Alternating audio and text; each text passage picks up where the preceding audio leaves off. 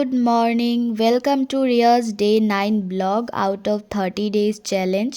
সকালে ফার্স্টে detox water খেয়ে ওয়ার্কআউট করে নিয়েছি। তারপর নিজের জন্য ব্রেকফাস্ট বানিয়ে নিলাম, একটা অমলেট আর সাথে ব্রেড।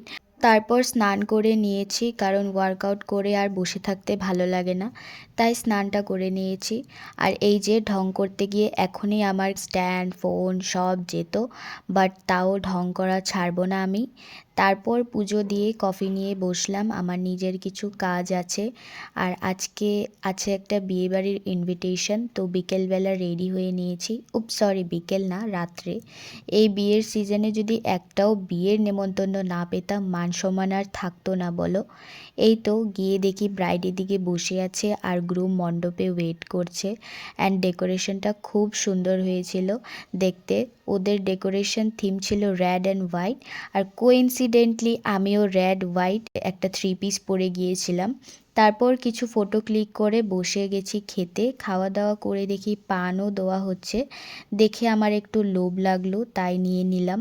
আর এদিকে এসে দেখি বিয়ে স্টার্ট হয়ে গেছে, কিন্তু অনেক রাত্র হয়ে গিয়েছিল, ঠান্ডাও ছিল প্রচুর।